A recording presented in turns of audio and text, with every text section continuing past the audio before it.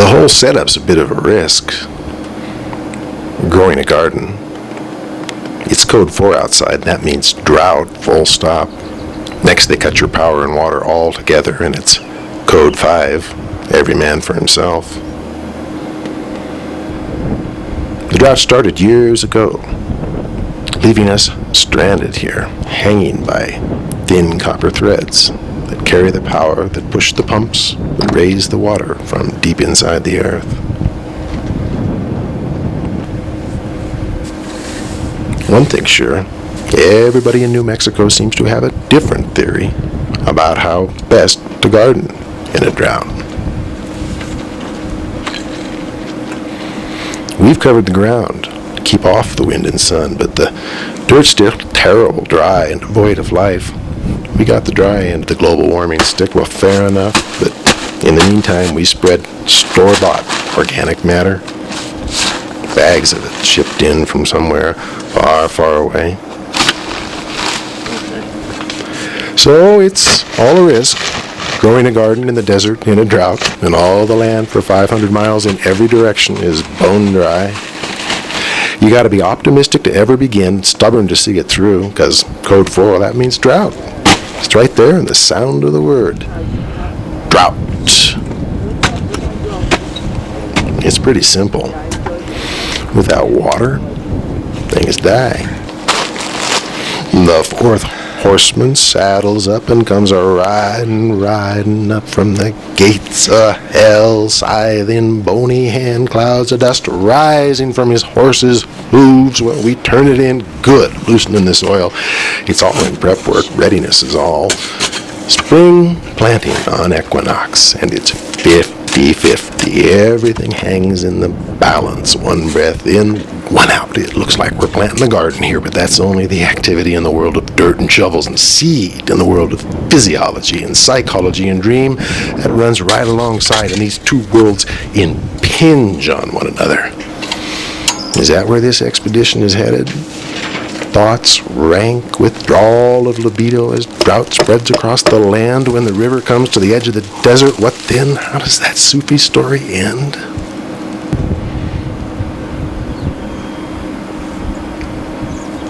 These got some special seeds, and they do look exotic. She plants them with care. We're trying to do everything just right. Not quite the high-tech do birds near future-eyed envisions, kind of like the human species. 2 steps forward and 1 step back up from the gates of hell. Everybody's got an opinion when it comes to planting. Me, I favor an early start for the beans and onions and peas. Get 'em in just when the soil starts to warm in the spring sun, then protect them from the wind. Mulch once the seeds sprout and are up a couple of inches. Then water.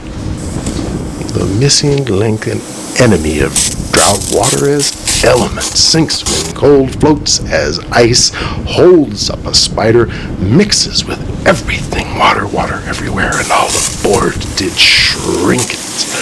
Water is corporate commodity. Water is source of wealth and cause of war, as inspiration and metaphor. When you get terrible thirsty, it's impossible to think of anything but water. Pale rider, pale horse, he leads the charge across the dusty plains into the western lands, just as the whole shebang and the human covenant with it goes up in smoke. Grow peas, grow hybrids, and limited H2O. Up the double helix we go. Grow peas, grow.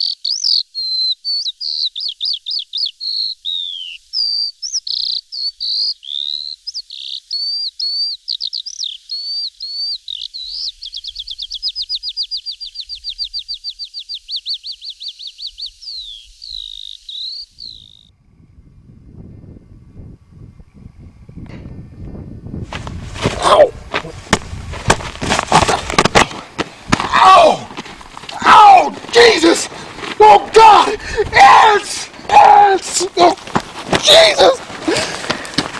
Oh! Ah! Ah! Yes! Oh! No! Oh, God! Oh! Yeah! Oh! No!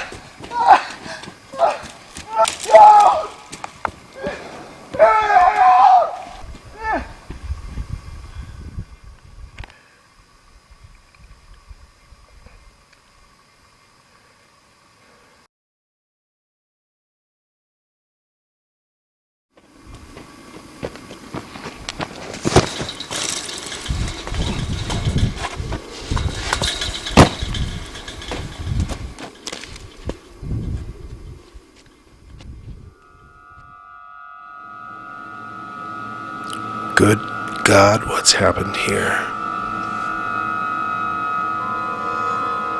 They came. The refugees of Drought. Desperate thousands, vast migrations.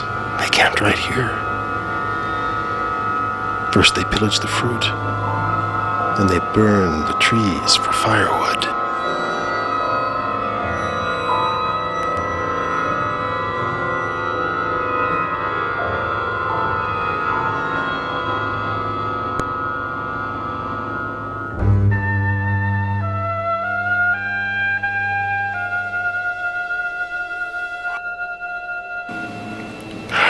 Hundreds of ant bites haven't helped my fever, not a bit. Seems like everyone's left.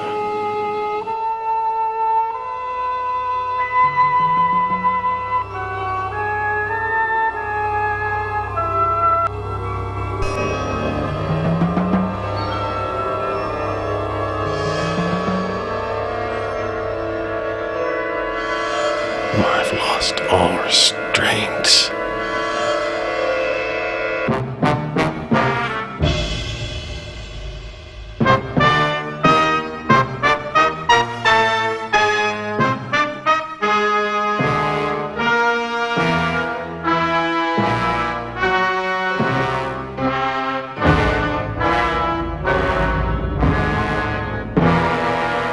Dreaming extravagant dreams of drought. And now last night's dreams bleeding into day.